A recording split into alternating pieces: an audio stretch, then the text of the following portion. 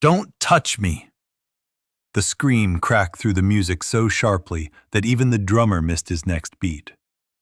Tamara Adeyemi jerked backward in the middle of her grand reception entrance, her jeweled hand flying to the coral-beaded crown on her head as if someone had tried to steal it. Her white reception gown shimmered under the chandeliers, now stained across the side with a dark splash of hibiscus punch. In front of 200 invited guests, camera lights, and the most influential families in Lagos, she pointed at the older woman standing beside her and shouted again, louder this time. "Who told you you could put those village hands on me?" The room froze. Nneka Okoye stood still, one hand half lifted, the other marked with a faint red line where hot wax had landed seconds earlier. Her face carried the stunned quiet of someone who had acted on instinct and had not yet caught up to the insult that followed. She had only rushed forward because the bride's flowing cape had brushed against a tall candle stand and caught a small flame at the edge. Nneka had seen it before anyone else. She had pulled the fabric away and grabbed the nearest tray to smother it. The fire died instantly. So did the music. Tamara looked down at the stain on her gown as if that mattered more than the fire that would have climbed her dress in another 10 seconds. "You ruined my entrance," she hissed. Then her voice rose into something theatrical and vicious. "You embarrassed me, on my wedding day, in front of everybody." The guests stared. Some of them had seen exactly what happened. None of them said a word. Nneka opened her mouth, not to defend herself, but to explain. "There was a flame near your train. I thought—" The slap came before she could finish. Tamara's palm landed hard across Nneka's cheek, and the sound rang through the crystal ballroom like a gunshot. A few women gasped. A glass dropped somewhere near the dessert station. A photographer lowered his camera too late, horror crossing his face after his finger had already pressed the shutter. Nneka's head turned with the force of it. She did not stumble. She did not cry. She simply stood there, one side of her face burning, while the bride of the night looked at her with pure disgust. "Get her out of here," Tamara said. Her voice was trembling now, but not with shame. With rage. "I said get her out! Someone like her should never have been in my wedding to begin with." And in the worst moment of her life, Nneka did what wounded women who have survived too much often do. She looked for her son. Malik Okoye stood 6 steps away, motionless. He was 32 years old, a respected architect. The groom everyone had praised for his calm presence and intelligence. And in that moment, he looked like a little boy trapped inside a man's body. His face had gone pale, his mouth parted, his hands hung uselessly at his sides. He had seen the slap. He had seen his mother's cheek turn red. He had seen the truth of the woman he had just married rise into the air in front of him. And still, for one terrible second too long, he did not move. Nneka held his eyes. There are disappointments so deep they make no noise at all. They simply pass through a person and settle somewhere permanent. Then she lowered her gaze, straightened the sleeve of her plain emerald dress, and walked away. No screaming, no pleading, no explanation. She stepped past the decorated dance floor, past the flower walls and gold-rimmed tables, past the women who had smiled politely at her all evening without ever inviting her into their circles, past the men who spoke to Malik warmly but had looked at his mother as though she were a charity case in borrowed shoes. She crossed the marble lobby of the Echo Crown Grand Hotel with the measured dignity of someone who refused to collapse in a room that had not earned her tears. Outside, the humid Lagos night wrapped around her like a second skin. She pressed her fingers lightly to her cheek and let out one slow breath. Behind her, inside the ballroom, the band had not yet started playing again. The silence inside that glittering room had become awkward, then frightened, then heavy with the kind of social panic that spreads when rich people realize something ugly has happened in public and no one knows which version of morality is safest to perform. Nneka reached into her handbag for her phone. She wanted to leave. She wanted to go home, wash her face, sit in the dark for a little while, and grieve not for the slap, but for the look in her son's eyes when he had failed her. That was when the convoy turned into the hotel drive. The first black Maybach came through the gates so smoothly it seemed to glide rather than roll. Then another. Then another. Then a fourth. The headlights swept across the entrance, across the valet station, across the line of ornamental palms, across Nneka's still figure standing alone in the warm night air. The cars stopped in exact sequence, engines low and powerful, polished so perfectly they reflected the hotel lights like black water. Valets straightened. Security guards exchanged looks. Guests near the entrance drifted outside, curiosity overpowering etiquette. Even before the doors opened, the atmosphere changed. From the lead vehicle stepped two security men in dark suits with earpieces. Not loud men, not swaggering men, but the kind who carried stillness like a profession. From the second car emerged an older gentleman in a charcoal agbada layered under a tailored overcoat, silver at his temples, posture upright, expression grave. He saw Nneka and went directly to her. When he reached her, he bowed his head. Not a social nod, not a polite greeting. A bow. "Madam Madonna," he said softly. The name hit the night like another kind of slap. Nneka closed her eyes for the briefest second. Around the hotel entrance, people went completely still. The old man continued. "Forgive the intrusion. I am Chief Adewale Eze, counsel to the Ezeani family trust. We came as quickly as we could." Nneka opened her eyes again, and the sadness in them deepened into something older than the evening. "I asked for more time," she said quietly. "You did, madam," he replied. "And I would not have disturbed you tonight if circumstances had not changed." He paused, his gaze moving to the mark on her cheek. "We were informed there had been an incident." By then, the hotel doors had opened behind them. Tamara appeared first, still in her ruined gown, one hand gripping the edge of her wrapper as if the world had suddenly become uneven under her feet.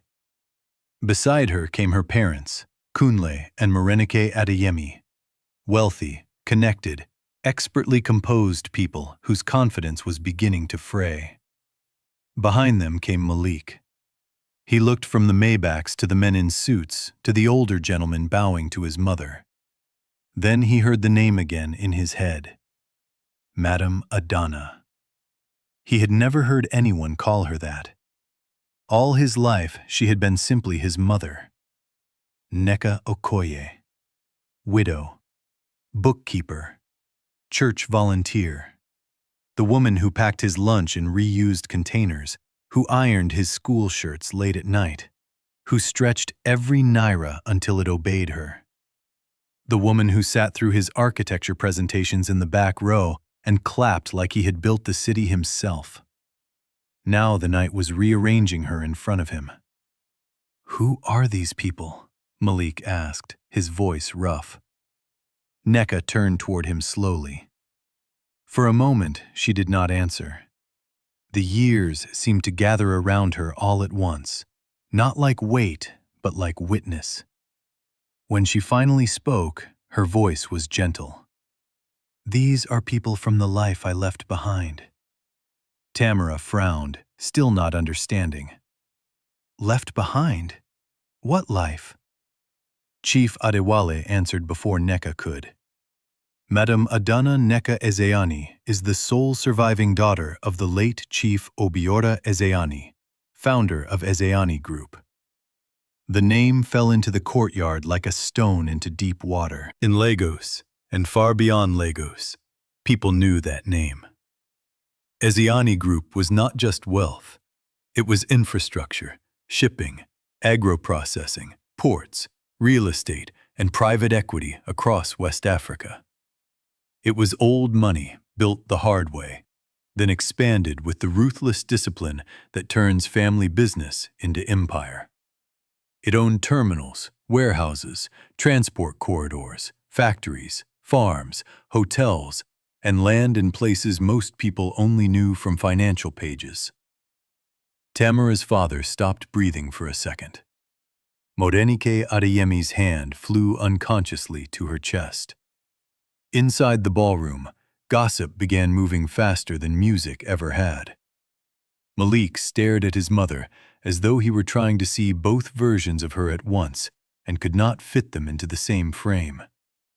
"What do you mean, sole surviving daughter?" he asked. Neka looked down for a moment. "I mean, my father built a very large business. My brothers managed it after him. The last of them died last year. There are no direct heirs left above me." Malik blinked. You own that company?" A corner of pain crossed her face. "Ownership is not the first word I would choose tonight." Tamara took a step forward. "Wait, you're saying she's—" Chief Adewale's gaze moved to her, cold and exact. "I am saying that the woman you just disgraced is the principal heir to one of the largest privately held family trusts in this region." The air changed. Some of the guests who had come outside lowered their eyes. Others pretended they had always respected her. Human beings, Neka had long ago learned, often discovered their principles only after learning a person's value on paper. Malik looked sick. "Why didn't I know?" he asked. "Because I wanted you to know me before you knew my name," Neka said. The simplicity of the answer silenced him more completely than any revelation about money. To understand what was happening in that hotel driveway, you would have to understand the girl Neka once was, and the woman she had spent decades becoming. She had not been born Neka Okoye. She had been born Adana Ezeani in Enugu, the only daughter in a family that believed sons should inherit power and daughters should preserve appearances. Her childhood had unfolded behind high gates, in homes where drivers opened doors and cooks planned meals, in schools where daughters of governors and industrialists learned French before they learned disappointment. But wealth had never protected her from loneliness. It only upholstered it. Her father had loved her in the stern, strategic way powerful men sometimes love the children they cannot entirely control. He admired intelligence, but distrusted independence. He expected obedience, polish, and a marriage that would strengthen alliances.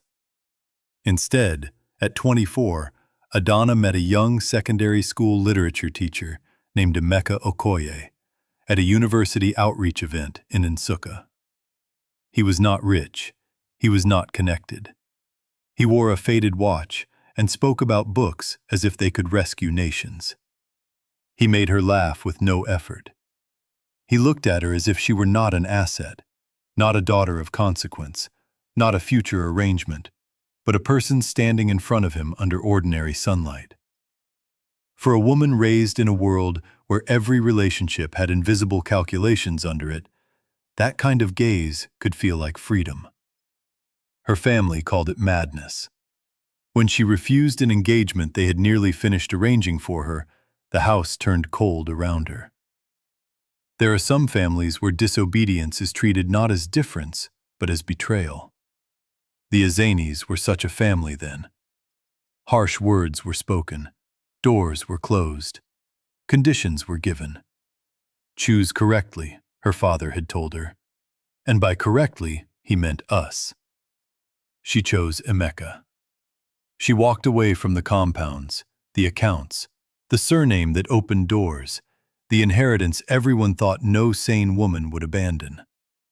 She married quietly, took the name Okoye, and began a life small enough to fit inside rented apartments, bus routes, salary delays, and real grocery prices. She never regretted the size of that life while Emeka was in it. He died 12 years later on an expressway outside Benin after a tanker lost control in the rain. Malik was 11. Grief did not ask Nneka whether she was tired before entering her house. It simply came in and sat down everywhere. The months after Emeka's death were the longest of her life. School fees did not pause. Rent did not mourn. Hunger did not care about sentiment. She took work first as an accounts assistant in a small clinic, then evenings helping a tailoring cooperative balance books, then weekend inventory for a building supplier owned by a church member. She learned to calculate faster, sleep less, stretch soup farther, smile while exhausted, and cry only in private. There had been calls, over the years, from lawyers representing the Azani estate. Your father is ill. Your brother requests a meeting. There are documents requiring your signature. The trust wishes to discuss succession. She always answered politely. She was never hiding. But she kept her distance. She did not want the machinery of that family swallowing the life she had built with Emeka, nor the son she was raising in the image of a humble, decent man. She chose to let Malik grow up without the poison that wealth sometimes drips into love. And perhaps, she had told herself, someday when he was older, when he was secure, when he knew who he was, she would explain everything.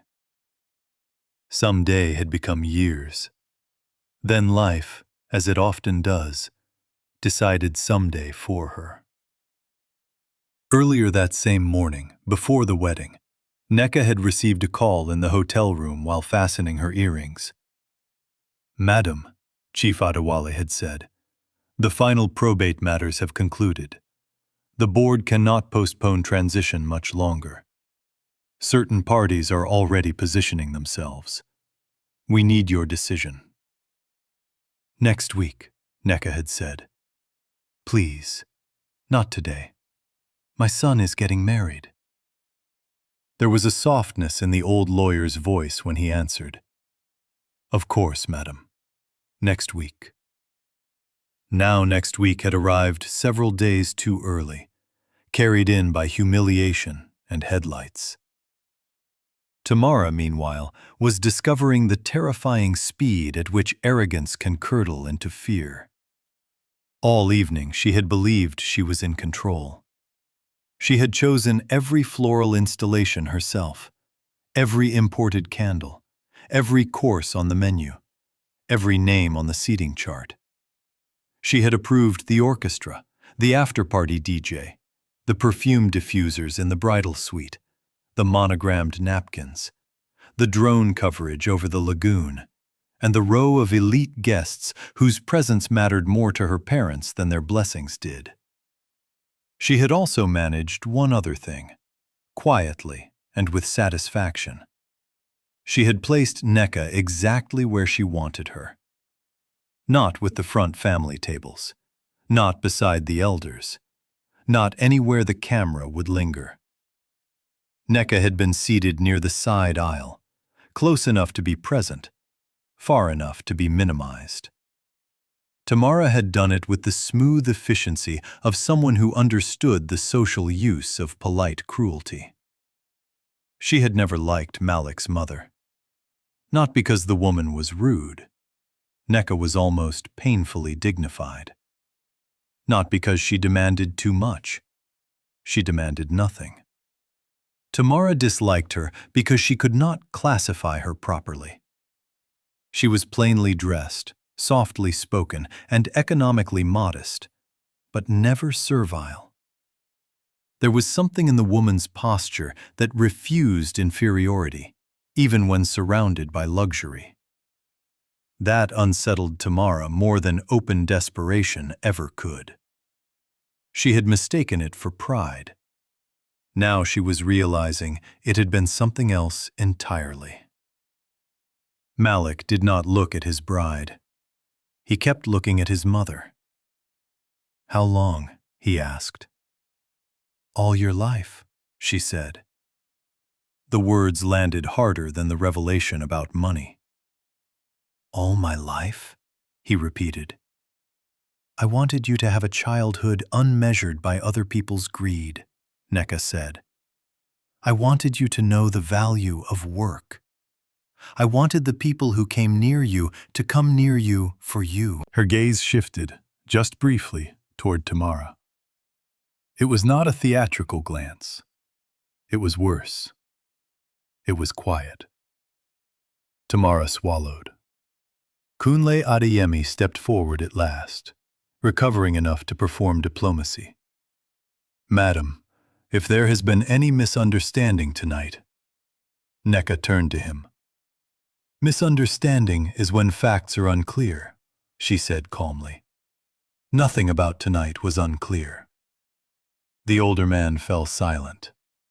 People began drifting farther into the courtyard, pretending concern while hunting detail. A woman from Tamara's mother's bridge club whispered "Eziani Group" into her husband's ear as if she were reciting the name of a king. Two groomsmen who had laughed earlier at a joke about Malik's humble side suddenly found the pavement fascinating. One of the bridesmaids quietly removed a video she had posted 15 minutes earlier because the comments section had started asking questions she did not know how to answer. Inside the ballroom, staff tried to resume service. The waiters moved more carefully now, as if the air had become breakable. Malik finally turned to Tamara. "Did you know she saved you from a fire?" he asked. Tamara opened her mouth, then closed it. She had seen the small flame. Of course she had seen it. She had seen Neka pull the burning edge away and smother it with the drink tray. But in that split second, what rose inside her had not been gratitude. It had been fury that her perfect entrance had been interrupted by the very woman she resented having in the room. "I was upset," she said weakly. "Upset?" Malik's voice did not rise. That made it harder to hear. "You slapped my mother because she stopped your dress from catching fire." Tamara's eyes flickered to the guests behind him, to the men in suits, to the cars, to the old council still standing respectfully beside Neka. "I didn't know who she was," she said. Malik stared at her. And there it was. The true sentence. Not "I didn't know what happened." Not "I panicked." Not "I was wrong." Not "I'm ashamed." I didn't know who she was. A muscle tightened in Malik's jaw. He looked at her for a long moment, and when he spoke again, his voice was almost tired. "That is the ugliest thing you could have said." Tamara realized too late what she had exposed. Morenike moved toward her daughter. "Tamara, stop talking." But some truths, once released, do not return to the mouth that betrayed them. Neka watched the scene with an exhaustion so deep it had become clarity. She had spent years protecting Malik from exactly this. Not from poverty. Poverty can teach, refine, humble, and reveal. She had wanted to protect him from joining his life to someone who believed a human being's worth increased in proportion to visible privilege. And yet here they were. Malik turned back to his mother. There was pain in his face now, and shame, and the dawning horror of a son replaying the exact second he should have moved. "I'm sorry," he said. Neka did not rush to comfort him. "Love, when it is honest, is not always quick to soften the lesson. "You should be," she said. His eyes filled instantly. "I know." She held his gaze. The woman who had carried him through fever, exams, adolescence, grief, and ambition stood before him now not as the mother who always absorbed, but as the mother who required him to see. "I raised you to stand up when something is wrong," she said. "Not after. In it." He lowered his head. The sentence entered him like medicine, painful, necessary, clean. After a moment, Neka touched his arm. The gesture was small, but it saved him from breaking entirely. "What you do next matters more than the second you failed," she said. That was the mercy. Not denial, not excuse. Direction. Tamara stepped forward again, desperate now. "Neka, I am sorry." Neka looked at her. No one spoke. The hotel fountain hummed softly nearby. Somewhere beyond the gates, a siren moved through the city and faded. Neka asked one question. "If I were still the woman you thought I was 1 hour ago, would you be apologizing like this?" Tamara said nothing. Her silence told the truth more completely than speech could have. Neka nodded once. "Thank you." It was not forgiveness. It was recognition. Malik closed his eyes briefly. Then he did something nobody in either family expected. He removed his wedding band. The movement was so simple that it took people a second to understand what they were seeing. He slid the ring from his finger and held it in his palm. Tamara stared as if the world had just tilted. "Malik," she whispered. He looked at her with unbearable steadiness. "I can recover from a difficult marriage," he said. "I cannot recover from becoming the kind of man who watches his mother humiliated and then spends his life pretending love is enough to cover what that revealed." Tamara began to cry. Not the delicate crying of a bride with smudged makeup. Real panic was entering her now, cracking the shell of self-control she had worn all her life. "You're ending this? Tonight?" He glanced toward the ballroom. The orchestra, the flowers, the chandeliers, the imported champagne, the flawless cake under its sugar flowers. The people who would talk for years. "Tonight is when the truth arrived," he said. Kunle Adeyemi stepped in at once, voice hardening under embarrassment. "Young man, don't be dramatic. This can be handled privately." Malik faced him. "Sir, your daughter slapped my mother in public. Why should the consequences happen in private?" No one had an answer. Chief Adewale shifted slightly, not interfering, but very clearly present. Power does not always speak. Sometimes it merely stands nearby and changes the balance of the room. The wedding planner had come to the doorway by then, tablet clutched to her chest, looking like a woman calculating the cost of disaster by the minute. One of Tamara's uncles muttered that emotions were high and things could still be salvaged. A cousin whispered about what the blogs would say. Morenike cried quietly behind one manicured hand. The guests kept watching, because few spectacles are more irresistible than the collapse of a beautiful lie. Malik turned to his mother once more. "Are you leaving?" he asked. "Yes." "Can I come with you?" Neka studied his face. He was no longer asking as a child asks. He was asking as a man stripped of illusion. "If you come with me," she said, "you do not come because of cars or names or headlines. You come ready to face what tonight says about you." He nodded. "I know." She believed him. Chief Adewale stepped forward. Your car is ready, madam. Before Neka moved, she looked once toward the hotel doors where the guests still clustered, and for a brief moment, memory overlaid the present. She saw herself years earlier stepping out of her father's compound with one suitcase, hearing a housemaid weep behind her while her eldest brother refused to look at her. She saw herself standing in a registry office beside Emeka, wearing a simple cream dress and borrowed earrings, richer in certainty than she had ever felt surrounded by servants. She saw the first apartment with unreliable power and a leaking bathroom pipe.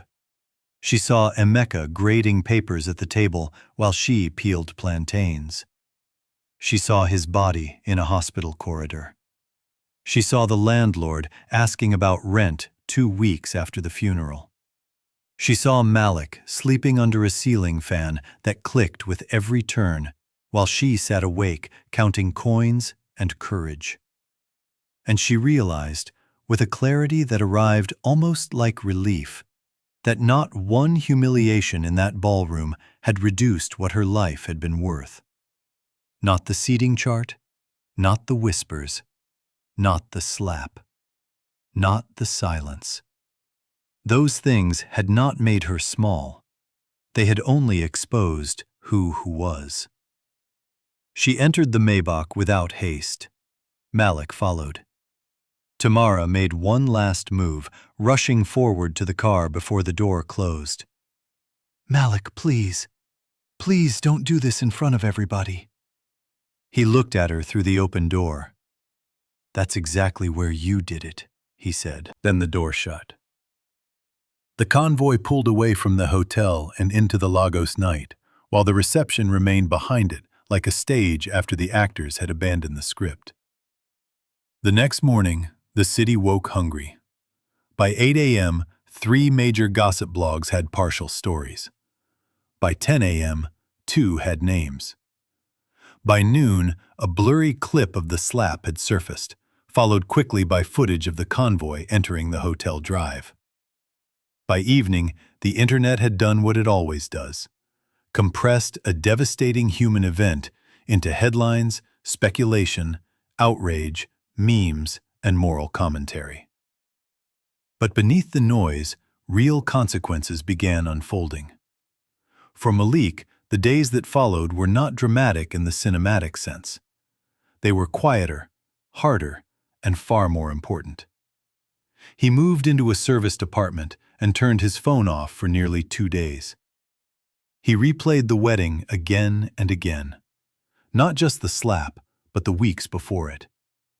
Tamara's little comments about presentation. The way she always corrected his mother's pronunciation of imported brands. The seating arrangements. The absence of warmth. The jokes from her friends she treated as harmless. The times he had noticed discomfort and smoothed over it instead of naming it. He had mistaken peacekeeping for maturity. Sometimes cowardice wears very elegant clothing. Neka did not scold him daily. She did not need to. A single true sentence, once accepted, continues its work in silence. Meanwhile, the Azani matter could no longer wait. For 30 years she had stayed at a distance from the empire built by blood and will. But now the board had fissures. Opportunists had begun circling. Contracts were waiting. Succession was no longer abstract. The trust required a principal signatory, and the legal structure named her first. Chief Adewale met her 2 mornings later in a private conference room overlooking Victoria Island. "The board expects resistance," he told her. "From whom?"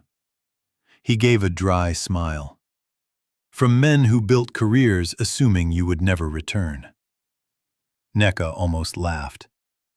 "They don't know me," she said. "And that," the old counsel replied, "is becoming a very expensive mistake for them." She entered the headquarters of a Azani group 3 days later, just after 8 in the morning.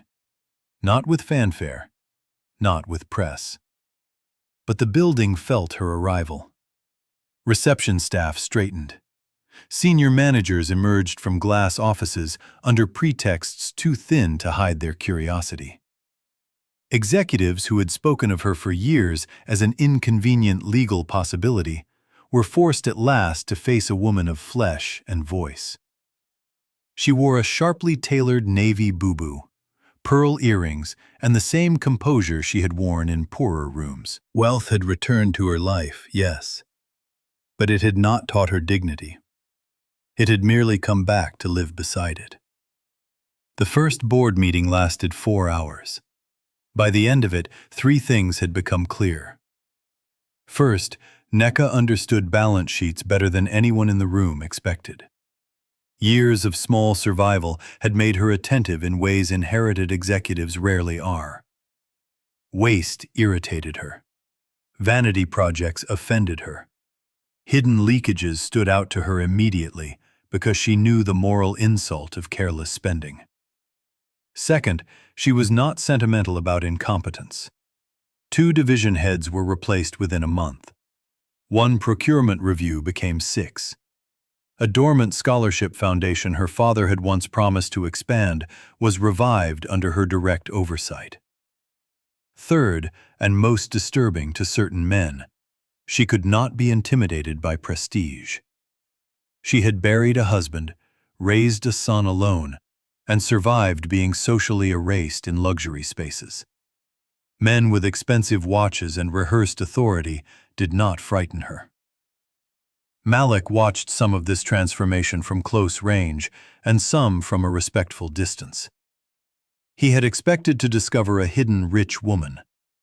Instead, he discovered a hidden giant. It changed him. Not because he wanted access to power. If anything, the opposite happened. He became suspicious of polished surfaces, including his own. He began examining the kind of man he had been trying to become, and who had been defining success for him. His mother, in between board meetings and legal transitions, began telling him the rest. Not all at once. Truth offered too quickly can become spectacle. She gave it to him in pieces. She told him about his father reading poetry aloud during blackout nights, about selling her jewelry 1 item at a time without ever letting him notice, about rejecting relatives who suddenly became generous when they heard rumors of the Azani name, about the letters from the trust she kept tied with blue ribbon in the back of a drawer, about the anonymous school fees she had paid for children in his old neighborhood once she found quiet channels for money to move without dragging her identity behind it, about the widows' cooperative she had been funding for years through church intermediaries, about how difficult it had been, sometimes, not to use inherited power to make life easier, about why she still chose restraint. Because if ease is all money gives you, she said one evening over pepper soup on her veranda, then money has raised you badly. He would remember that sentence for the rest of his life. Tamara tried many times to reach him. At first, the messages were frantic, then remorseful, then strategic, then poetic, then angry, then broken. Her parents sent emissaries disguised as family friends. A pastor suggested counseling. An aunt insisted no marriage should end over a single emotional mistake. A PR consultant, to Malik's disgust, quietly proposed a joint charitable appearance to change public sentiment before the wedding footage spread further. That was the moment any lingering confusion he had felt turned to ash. A person's instinct under shame tells you what shame has been teaching them. He filed for annulment. Society feasted on it for months. But while public attention spun around scandal, Nneka built. Under her leadership, Ezeani Group launched a transport scholarship program for children of widows and dock workers. She directed capital toward technical training in logistics, nursing support, and agricultural processing in communities the company had profited near for decades without adequately investing in. She created a legal aid fund for women fighting property dispossession after their husbands' deaths. She opened an enterprise facility for market women who needed microcredit without predatory terms. She did not name any of it after herself. When asked why, in one of the only interviews she agreed to give, she answered simply, "I know what it means to need help more than I know what it means to receive applause." The line spread because it was quotable. The truth under it spread because it was lived. Months later, at an industry and philanthropy forum in Abuja, Nneka delivered her first major public address as chair of the Ezeani Trust. The hall was full. Ministers, investors, editors, diplomats, labor leaders, and young entrepreneurs filled the seats. Some had come to assess the woman. Some had come to flatter the new center of gravity. Some had come because power attracts attendance the way flame attracts moths. Nneka stood at the podium and looked at them all. She did not speak like a person trying to sound important. She spoke like a person who had no time left for pretending. "For many years," she said, "people assumed I had chosen a smaller life than I deserved. They were wrong. I chose a truer life than they understood." The room quieted. "I have lived in homes with gates and homes with leaking roofs. I have sat at tables where everyone wanted my surname and at tables where no one wanted my opinion. I have learned that people are often very respectful of value once they can count it. But the deepest mistake any society can make is to believe that visible comfort and human worth are the same thing." Not a sound. She continued. "The widow in a plain dress and the chairwoman in a boardroom are not two different women. If you treat them differently, the problem is not their identity. It is your character. There are moments when truth enters a room and nobody can hide from what it shows. For some people, that moment feels like shame. For others, it feels like freedom." When she finished, the applause did not begin immediately. Silence came first. Then everyone stood. Malik was in the second row. He clapped until his hands hurt. Later, when people surrounded her, praising the speech, asking for photos, hinting at partnerships and access and admiration, Nneka carried the attention lightly. She had seen too much to worship applause. She knew how quickly a room could reverse itself. She had watched it happen between one slap and 4 Maybachs. But she also knew something else now. She no longer felt the need to keep her worlds apart. The life she built with Emeka, the son she raised through hardship, the inheritance she had once refused, the responsibility she had now accepted, none of these canceled the others. They belonged to one story. Her story. And the wound of that wedding night, though real, had produced something unexpected. It had forced the truth into daylight. One rainy Sunday afternoon, nearly a year later, Malik sat with his mother on the covered terrace of her home while the garden darkened under clouds. The city was quieter in the rain. The air smelled of wet earth and hibiscus leaves. He had changed in ways friends noticed before he did. He listened more sharply. He overlooked less. He had ended a few business associations that suddenly felt hollow. He had begun mentoring young designers from low-income backgrounds, not as performance, but because he finally understood what hidden dignity looked like, and how often talent arrived wearing the wrong shoes. He sipped tea and glanced at his mother. "Do you ever wish that night had never happened?" he asked. Nneka thought for a long moment. "I wish you had moved faster," she said. He winced, and she smiled just a little. "But no," she went on. "A lie that deep always demands payment. Better it was paid early." He nodded. After another silence, he said, I still hear the sound of that slap sometimes. So do I, she replied. I'm sorry. I know. Then she reached across the table and covered his hand with hers. But hear this louder, she said. You are not the worst second of your life. Not if you learn from it. His eyes lowered. Rain tapped softly against the stone balustrade. There are men, Neka said, who spend entire lives protecting comfort and call it wisdom. Do not be one of them. I won't. She believed him.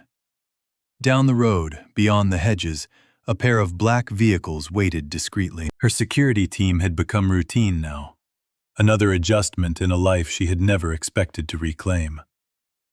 Yet when Malik looked at the house, the staff, the schedules, the meetings, the calls from ministers, the endless decisions that came with legacy, he no longer saw wealth first.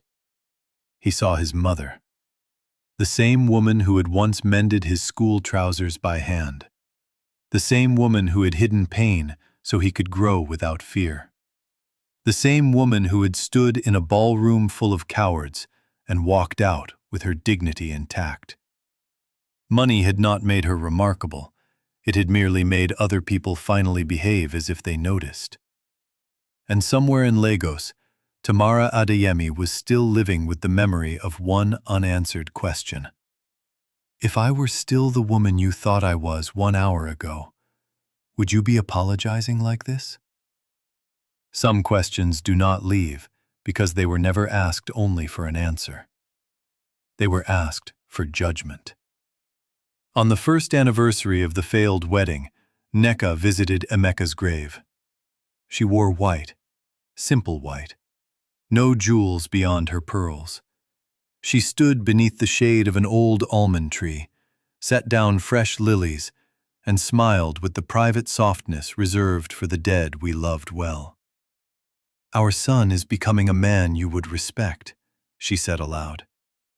A breeze moved through the grass. And I came back, she added, not to the old life, to the work waiting for me. She stayed there a while, not sad exactly, but full of memory, of cost, of gratitude, of the strange mercy by which life sometimes breaks something only to reveal what was always stronger underneath. When she finally turned to leave, her driver moved forward from a respectful distance to open the car door. She paused once more and looked at the sky. Then she got in and let the door close. The convoy moved slowly out through the cemetery gates and onto the road beyond, black cars gliding under the afternoon sun. Inside the lead vehicle sat a woman many people had once mistaken for ordinary. That had always been their error, not hers. Because long before the Maybachs came, long before the boardrooms, long before the name Ezeani returned to headlines and glass towers, Neka had already been exactly who she was. The world was simply late in understanding it.